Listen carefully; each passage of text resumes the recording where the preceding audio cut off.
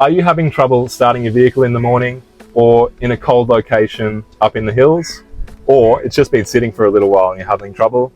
You might want to open the choke. Now, the choke allows more oxygen into your fuel tank and allows you to start up a bit more easily. It's actually the same as adjusting the idle. Showed you how to adjust the idle in a different video. The choke is like a temporary adjustment of that idle.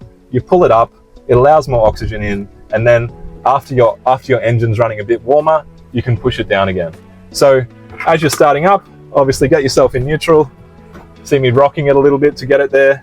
I'm in neutral now, the light's on, turn the key, open the throttle.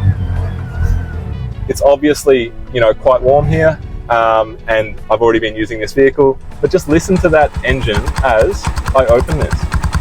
See how it's already increased? You can hear that? And then I push back down again, lower again. So listen to it again as I pull it up.